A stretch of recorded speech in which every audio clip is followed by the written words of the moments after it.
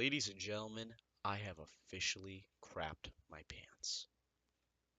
Yes, I have. Let's go over some important pieces of the trailer that I think that you guys should look at. So, first off, obviously it starts off with, I think, one of the new maps. And then we right around here. If I'm right, these are the new British soldiers, which we're going to be getting in Alpha 11, which already came out over the past few hours. I was not anticipating this. If I'm correct, that's the M2A3 Bradley, which the US forces are getting. Finally! Thank you, God, because we badly needed something to counter that BTR-80. Um, let's see. So, is there anything forward?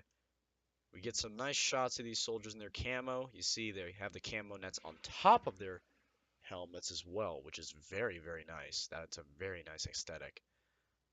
Unfortunately, the Bradley apparently doesn't seem to have a what's his name camo. But then again, neither does the Striker. The Striker doesn't have a desert camo, so the Bradley really wouldn't have a woodland camo.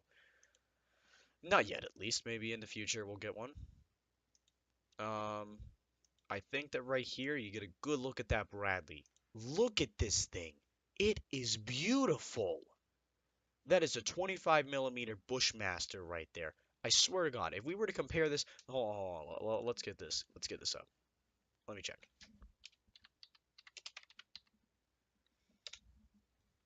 Let's go. Let's go. Let's go. Let's go.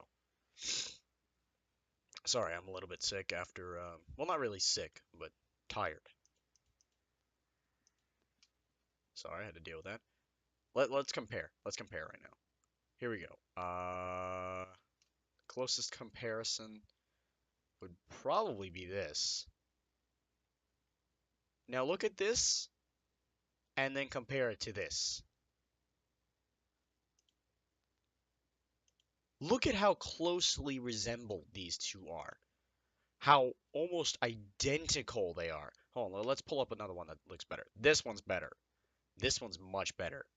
Unfortunately, this person doesn't understand that tank does not equal Bradley. But look at it. It is beautiful.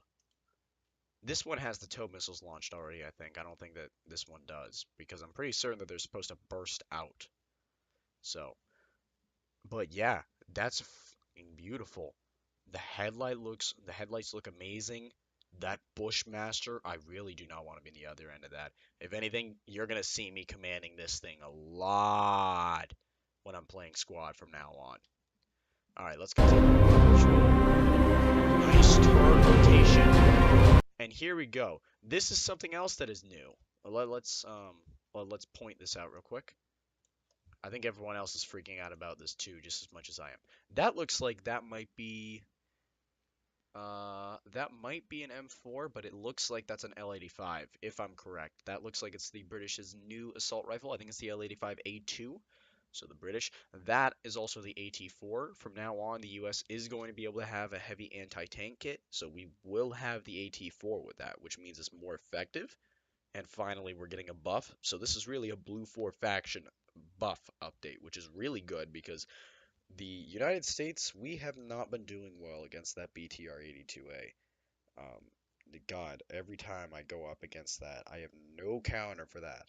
I don't have, the Striker's just not enough. And now that we've got the Bradley and we're getting this AT4, it means we're going to be able to take these down so much easier. Now, admittedly, people are probably going to complain thinking, oh, it's OP, it's OP. I'm like, well, no, but the Bradley probably has some light armor. Like, I've seen in alpha testing that it does actually have some light armor. Now, I didn't personally test, but I do know. Look at that facial detail. That is some good detail. And this is the next most important part. The TOW missile launcher. So, this is possibly one of the most important parts of the update because now you can have missile launchers on your FOB. I think this is going to be implemented for the US and the British. So the Brits are going to be able to put down the TOW. We're going to be able to put down the TOW. And we're going to be able to use it for anti-vehicle purposes in defense of a FOB. So that's very good for Blue 4.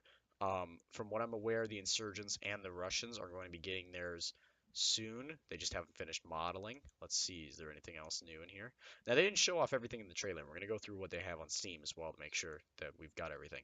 And then obviously the British faction is coming, which is very good. All right, so enough of that. We're going to go up to the top and we're going to make our way down. So, not even maybe even a little bit less than 3 months after Alpha 10, and we get Alpha 11.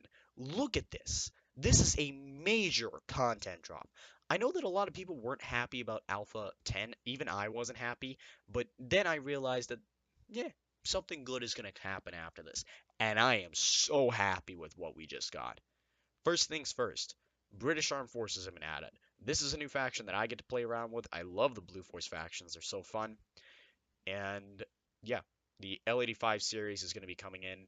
So dramatically reduced ticket bleed. That's not really going to matter to me. This isn't the stuff that really should matter to people. I mean, you can look over it. I'll give you a second to look over it. Pause the video if you want to. Look it over.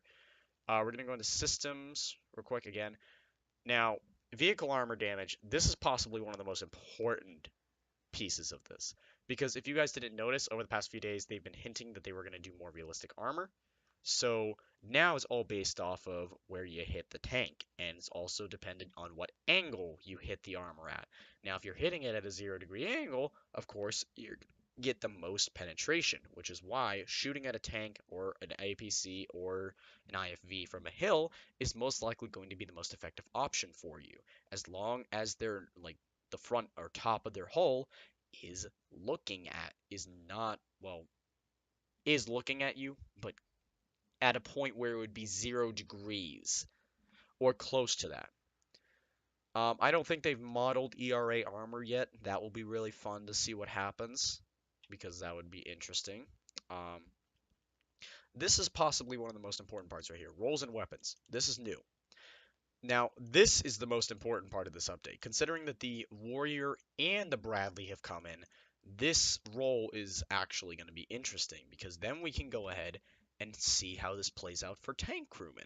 Now we're going to start to see some APC and tank crew specific squads, and people aren't going to get mad because now they have a dedicated role for this. And it means that there are going to need to be squads that are dedicated to that role. So, this encourages a more combined arms warfare, which I am very, very happy and glad for. Next up, insurgent soldier models have been completely redone. This is probably going to be interesting because this, the insurgents, now it's a little bit hard to tell, like at times, because obviously sometimes they're wearing camo, sometimes they're not. But, it's fun to see. New weapon, L85A2. Mm, that's nice. That's very nice. The L86A2, many of you will recognize this weapon from Battlefield 4. LSW, I'm pretty certain. Yeah, LMG. Um, oh, okay, this is actually going to go ahead and go into the marksman role. Wow. This is run on the squad level marksman role. Interesting. Huh. That's really weird. I did not expect that. Huh. All right. Well, the L129A1 sharpshooter rifle, I think this was in Battlefield 4. I don't remember. It might have came in the China Rising DLC. The AG-36, I recognize this from Wargamer Dragon. So this is going to be on the team wide. So there's a difference. This is going to be on the squad level, and this is going to be on the team wide. So obviously, what's unlocked via the team, like the MMGs and so on and so forth. The 40mm grenade launcher. Ooh, this is going to be nice. This is obviously for the Grenadier, for the Brits. This is obviously what would be the SAW for us, for the US. The L7A2 GPMG. This is likely, yes, it's the M240 essentially for the Brits. This is what I believed it to be, and then obviously the Glock, I think that that's pretty obvious. Like I said before, we got to see this in the trailer, the AT4. So the AT4 84mm unguided portable single shot recoilless weapon does a modest 33%, which is why I say it's going to be a heck of a lot more effective at dealing with that BTR-82A. Now the Russians have also finally gotten their PKP, which is something they've been missing for a very long time. So now Russian machine gunners, instead of using the PKM, will finally have their regular PKP. New AK-74, and another new AK-74. Well, we're all right at that. All right. So obviously some just regular changes. If you guys want to go over that, pause the video now, and so on and so forth. Yada yada yada. Let's see. Da da da da da. Resupply costs have been updated to the following: 25 ammo points. Medic, repair, no, rifleman, crewman, medic, officer.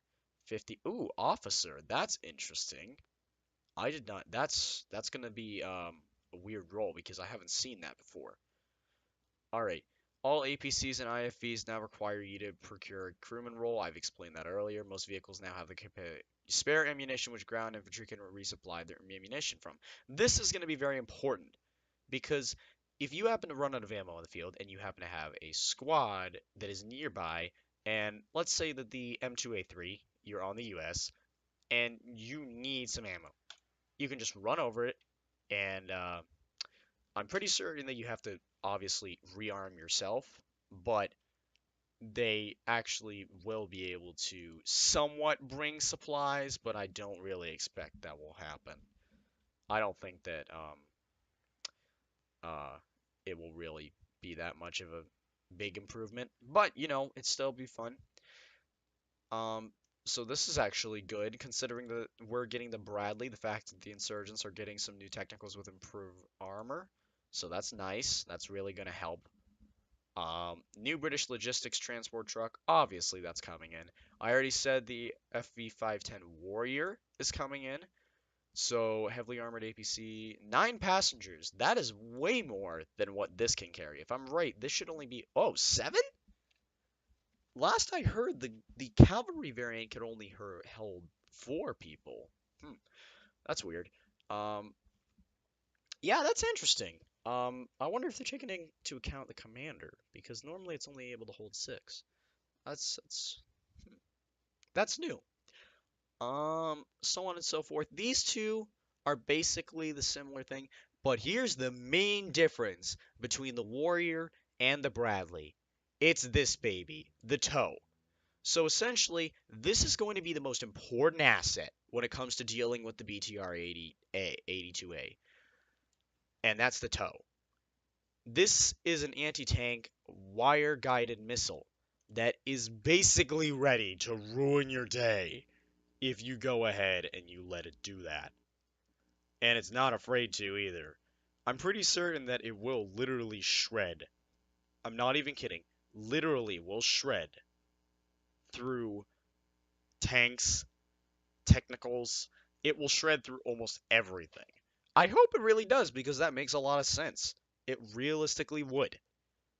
So Crow system has been overhauled, dramatically reduced the effectiveness of radial damage from rockets to medium or heavy armor vehicles. Obviously, we're not going to get heavy armor vehicles for a while, and once we do, we already know where I'm going. Um, Tow missile is wired, so this is new. Like I said, I've already explained the tow.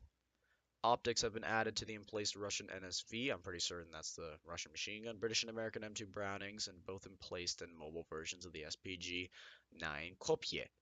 I don't think I'm saying that. Kopje. Uh, I'll stop trying. M2 Browning and SPG-9 have completely functional reticles that allow for precise shooting at range. Recommend having some trigger time on the range with these to understand how the reticles are used. Okay, that's interesting. Emplacements are now damageable by calibers greater than and including to 12.7 millimeter slash 50 cal. So this means that essentially the striker and the BT, basically I think any IFV and APC is gonna be able to slaughter the crap out of emplacements.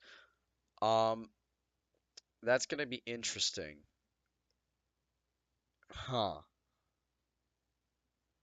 So I wonder how that's gonna work for bunkers because if you were to realistically think about it, I don't know if a 50 cal can punch through HESCO barriers.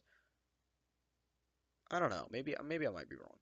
All right, so moving on to the mapping section. Actually, just in case if you guys want to look at that, go ahead and pause. Um, Mapping. There's a new map. I'm pretty certain that the British are going to be featured on this. New Afghan theme map, which has been added to the game. I think this might be one of the first Afghan maps. I don't know about this.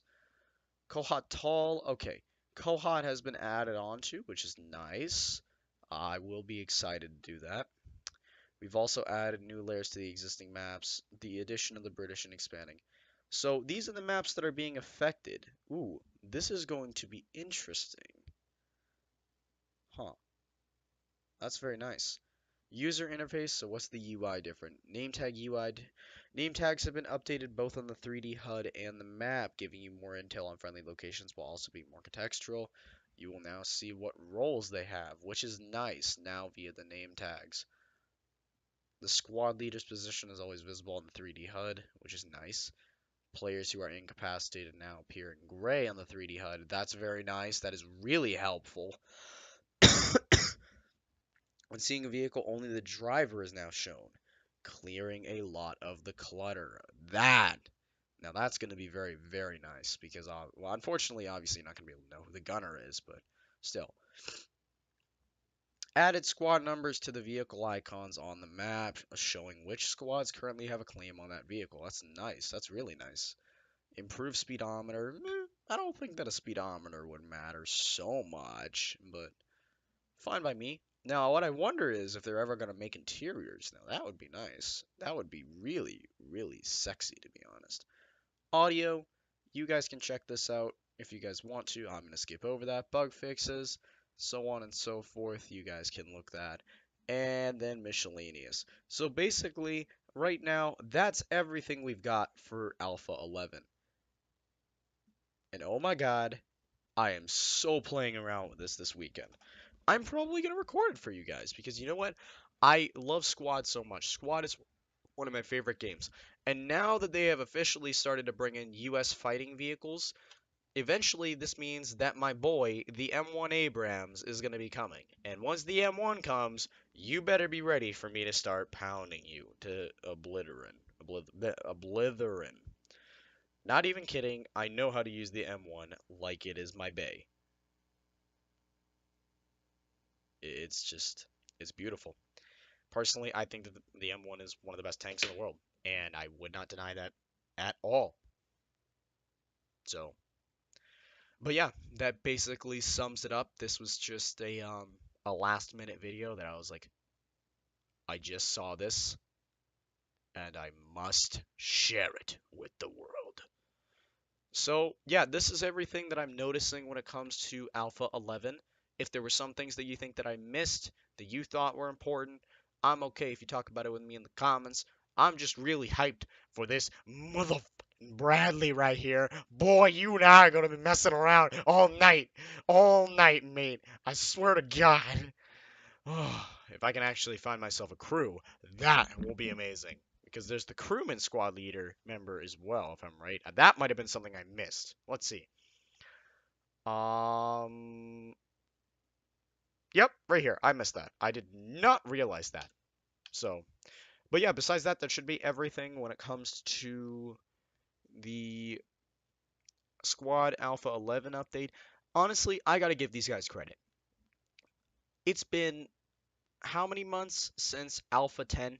We're going to look at the news and we're going to check how long it's been since Alpha 10. Today is May 4th, Star Wars Day. I wonder if this might have been because it's May 4th. Maybe that's why. Let's look. Alpha 10, Alpha 10.2, 10.1, note on Reshade, Daily Deal Squad. Here we go. February 5th. Look at how much work they have gotten done into this game. 3 months, not even 3 months, a day before 3 months since Alpha 10 was released, and it took them so long to work on this. I have to give them so much credit for this. They went through everything they did with the Humvee situation, and not even just them, Call of Duty did, and personally, I wasn't exactly too happy about that. But dang, Offworld did a really good job.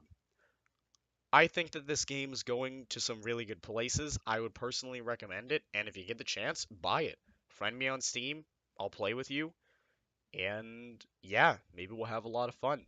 I personally think that Squad is a very realistic shooter. It is possibly one of the best out of the market, and probably will overtake Arma 3. Maybe not as in like a workshop standpoint, but I think that it is a more realistic shooter than Arma 3. I think Arma 3 doesn't have the mechanics right, despite being a bigger company. But anyways, that's pretty much everything. I hope that you guys enjoyed this video. If you got anything that you think I missed, that you're really hyped for about Alpha 11, leave it in the comments. Again, I'm really hyped for that Bradley, so you better be ready and you better hope you're not on the other end of that chain gun with me, because if I'm gunning, you're gonna be in a bit of trouble. But yeah, so I hope you guys enjoyed. This is MBBoy signing off. Peace, everybody.